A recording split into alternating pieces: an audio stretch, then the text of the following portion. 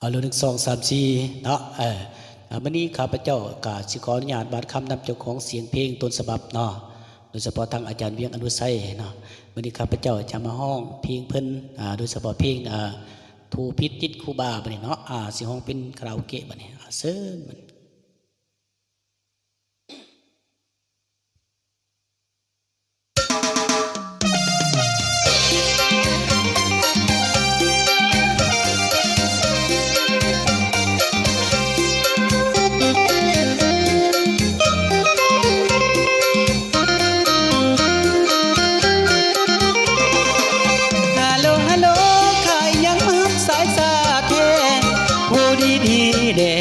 เจ้าโทรมาได้ใส่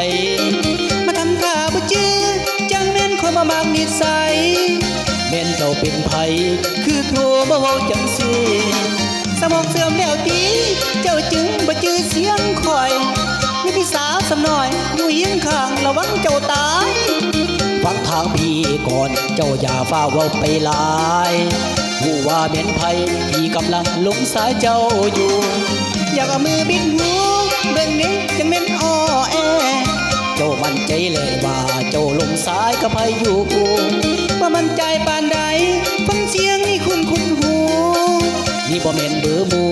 และเป็นเบอร์ผู้ใดสันนาที่เจ้าโทรหามันถึกเบอร์ผู้บาอยู่วัดเจ้านั้นเป็นคนปากจัดเห็นคอยเป็นเสียวสันบาไอ้ก็โทรเด้อขน่อยตัวผิดก็เลยติดครูบาขน่อยขอขมาอย่าให้บาปกรรมกินหัวเจ้าเกิดเป็นคนหัดฝึกตนสังรวมไว้แน่อย่าเป็นคนโมเมขาดสติหน้ามือตามัวโลกนี้บุญวายย้อนคนทั้งหลายก็พากันลืมตัว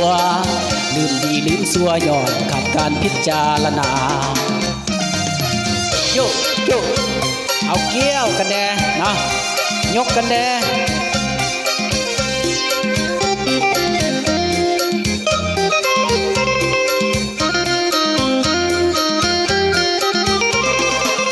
ฮัลโหลใครยังมาหักสายสาแท้โหดีแน่เป็นเจ้าโทรมาแต่ใสมาทำท่าบ่จื้อจังแม่นคนประมาณนิสัยแม่นเจ้าเป็นไผคือโทรมาเว้าจังซี่สมองเสื่อมแล้วติเจ้าจึงบ่จื้อเสียงคอย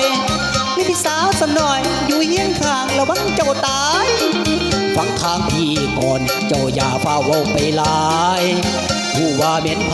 ที่กำลังหลงสายเจ้าอยู่อยากเอามือบิดหูเบิ่งนี้จังแม่นอ้อแอเจ้ามั่นใจแหละว่าเจ้าลงสายกับไผอยู่ว่ามั่นใจปานใดฟังเสียงนี่คุ้นหูนี่บ่แม่นเบอร์หมู่และเป็นเบอร์ผู้ใดสันนาที่เจ้าโทรหามันถึงเบอร์ครูบาอยู่วัด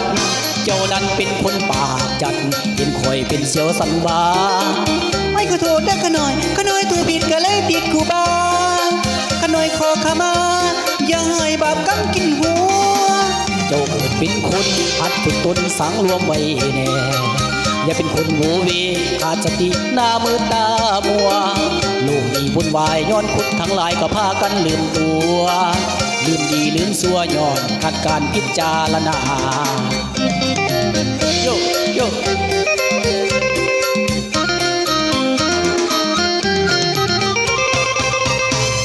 เจ้าขอขอบใจ